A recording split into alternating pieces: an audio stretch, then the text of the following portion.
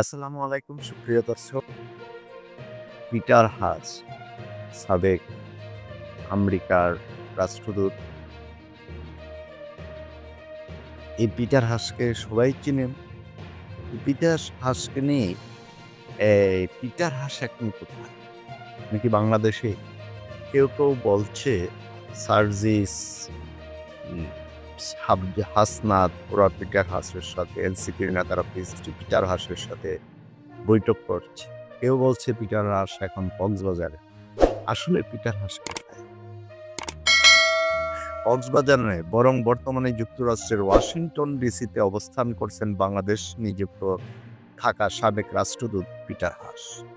তিনি সর্বশেষ গত ৭ এপ্রিল ঢাকায় আসেন। পরে গত ১১ এপ্রিল ভোর ৪টা ৫ মিনিটে একটি ফ্লাইটে ঢাকা ত্যাগ করেন। এরপর তিনি ঢাকায় আসেননি বলে কালবেলাকে নিশ্চিত করেছে একাধিক নির্ভরযোগ্য সূত্র। সাম্প্রতিক সময়ে সামাজিক যোগাযোগ মাধ্যমে ছড়িয়ে পড়া গুজবে দাবি করা হয় বাংলাদেশে নিযুক্ত সাবেক মার্কিন রাষ্ট্রদূত পিটার হাস কক্সবাজারে অবস্থান করছে এবং জাতীয় নাগরিক পার্টি এনসিপি নেতাদের সঙ্গে গোপন বৈঠকে অংশ নিয়েছে। তবে এই তথ্য সম্পূর্ণ ভিত্তিহীন বলে নিশ্চিত করেছে ওয়াশিংটন সূত্র, ইমিগ্রেশন বিভাগ ও গোয়েন্দা সংস্থার সংশ্লিষ্ট কর্মকর্তারা। ওয়াশিংটনের একটি নির্ভরযোগ্য সূত্র কালবেলাকে জানায়, পিটার হাস বর্তমানে যুক্তরাষ্ট্রের ওয়াশিংটন ডিসিতে অবস্থান করছে।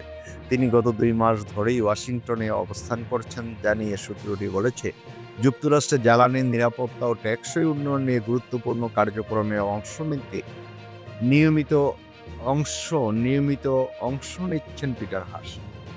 সম্প্রতি ওয়াশিংটনে আটলান্টিক কাউন্সিল আয়োজিত গ্লোবাল এনার্জি ফোরামে অংশগ্রহণ করেছেন।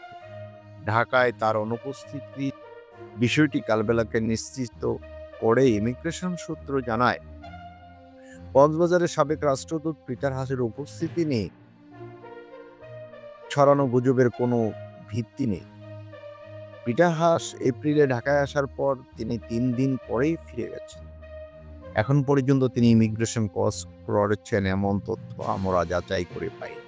ইমিগ্রেশন সূত্রে জানা যায়, পিটার হাসের কূটনৈতিক পাসপোর্ট নাম্বার অকার্যকর। গত এপ্রিলের পর হাসের আর ইমিগ্রেশন ক্লিয়ারেন্সের রেকর্ড তাদের কাছে। ঢাকাস্থ মার্কিন দূতাবাস কালবেলাকে নিশ্চিত করেছে, পিটার হাসের সাথে দূতাবাসের কোনো সম্পর্ক নেই। এ নিয়ে দূতাবাসের মুখপাত্র আশাবি বলেন, পিটার হাস এখন একজন বেসরকারি নাগরিক এবং যুক্তরাষ্ট্রে অবস্থান করছে।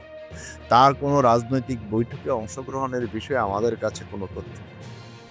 তবে এ নিয়ে নাম প্রকাশে অনিচ্ছুক আরেক নির্ভরযোগ্য সূত্র কালবেলাকে জানায়, তিনি যে কোম্পানির হয়ে কাজ করছেন তা যুক্তরাষ্ট্র ভিত্তিক জ্বালানি কোম্পানি এক্সিলারেট এনার্জি ইনকর্পোরেশনের হয়ে বাংলাদেশে কাজ করছেন তিনি এবং এই কোম্পানির বাংলাদেশ প্রধান হিসেবে দায়িত্ব পালন করছেন।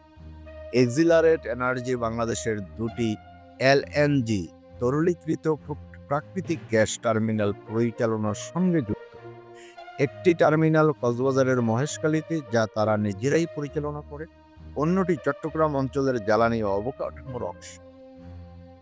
এই টার্মিনালগুলো বাংলাদেশের জ্বালানি নিরাপত্তা ও সরবরাহ ব্যবস্থায় গুরুত্বপূর্ণ ভূমিকা রাখছে। পিটার হাস এই কোম্পানির হয়ে জ্বালানি বাজার সম্প্রসারণ ও সরকারি সংস্থার সঙ্গে সমন্বয় নিয়ে কাজ করছে।